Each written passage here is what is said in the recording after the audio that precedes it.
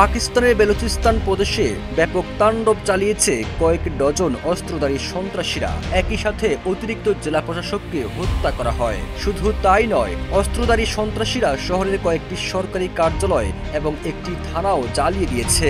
এছাড়া একটি ব্যাংকও লুট করেছে তারা। সংবাদ মাধ্যম দ্য নিউজের এক প্রতিবেদনে এসব তথ্য নিশ্চিত করেছে। শহরটিতে এমন সন্ত্রাসী তাণ্ডব কারা চালিয়েছে, এর পেছনে ভারতের কোনো ইন্ধন রয়েছে কিনা, এমন প্রশ্ন উঠেছে পাকিস্তানের বিভিন্ন মহলে।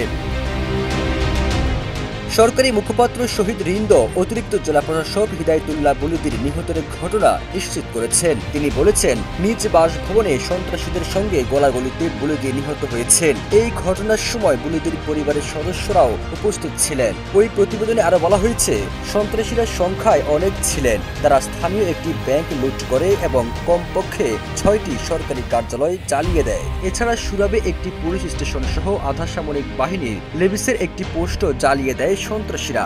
একই সঙ্গে দেশটির আইন শৃঙ্খলা বাহিনীর 4টি গাড়ি গুড়িয়ে দেওয়া হয়। ওয়ালটন আবারও মিলিয়নিয়ার অফারে ওয়ালটন ফ্রিজ কিনে আপনিও হয়ে যেতে পারেন মিলিয়নিয়ার।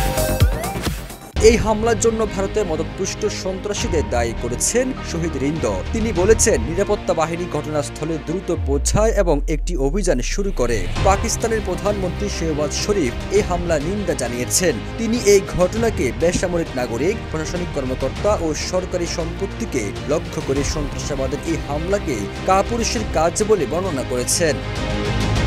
শেহবাজ শরীফ বলেছেন, সন্ত্রাসীরা ইচ্ছাকৃতভাবে নারী ও শিশু সহ নিরস্ত্র বেসামরিক নাগরিকদের লক্ষ্যবস্তু করেছে। সাম্প্রতিক বছরগুলোতে পাকিস্তানের সন্ত্রাসী হামলার ঘটনা বেশ বেড়েছে। বিশেষ করে পাকিস্তানের নিরাপত্তা বাহিনীকে লক্ষ্য করে এসব হামলার ঘটনা ঘটেছে। সবুজ আলম, ইত্তেফাক।